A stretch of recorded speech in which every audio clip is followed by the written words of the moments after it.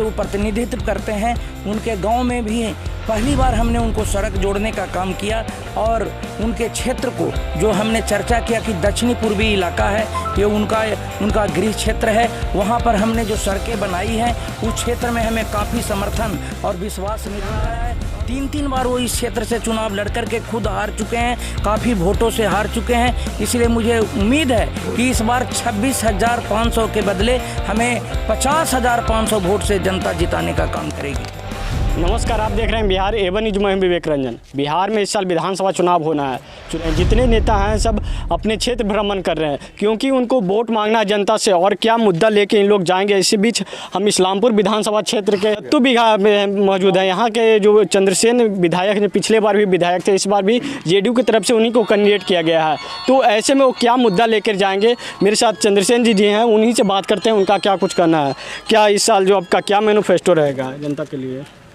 देखिए, ये विधानसभा इस्लामपुर है और माननीय मुख्यमंत्री जी का ये विधानसभा क्षेत्र है। और आपको मानना होगा कि जब हमने महागठबंधन से चुनाव लड़ा था तो उस समय 26,500 कुछ वोट से हम चुनाव जीत करके और JDU से सबसे ज़्यादा वोट से हमने चुनाव दर्ज किया था। ये माननीय मुख्यमंत्री जी को जीत का जाता है।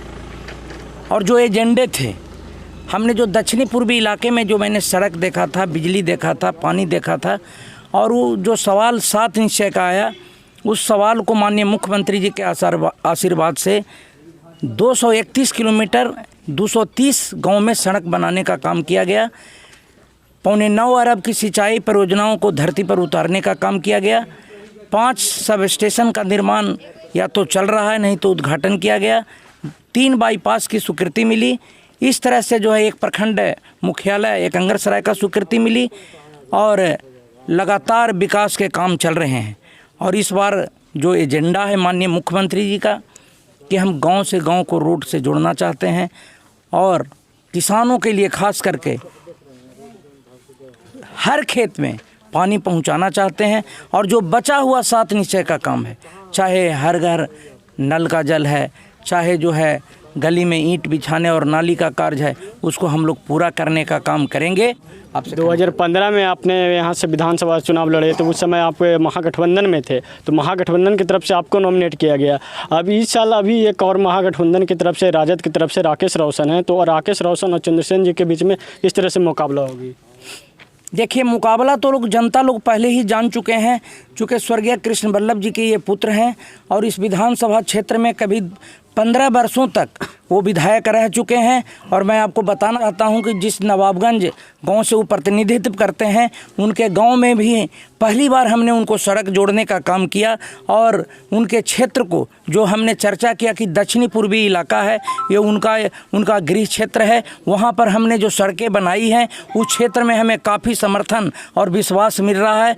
और राकेश रोशन को जान रहा है, 3 बार वो इस क्षेत्र से चुनाव लड़कर के खुद हार चुके हैं, काफ़ी वोटों से हार चुके हैं। इसलिए मुझे उम्मीद है कि इस बार 26,500 के बदले हमें 50,500 वोट से जनता जिताने का काम करेगी।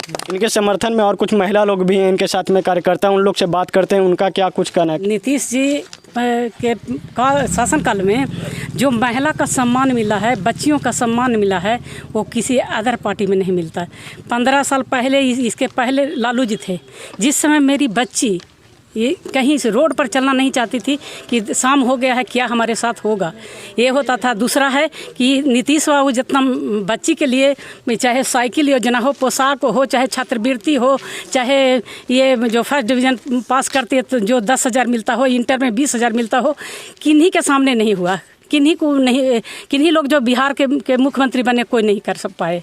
7 निश्चय योजना की तरफ से LJP की तरफ से जिस तरह से बयान आ रहा था, 7 निश्चय योजना पूरी तरह से फेल है।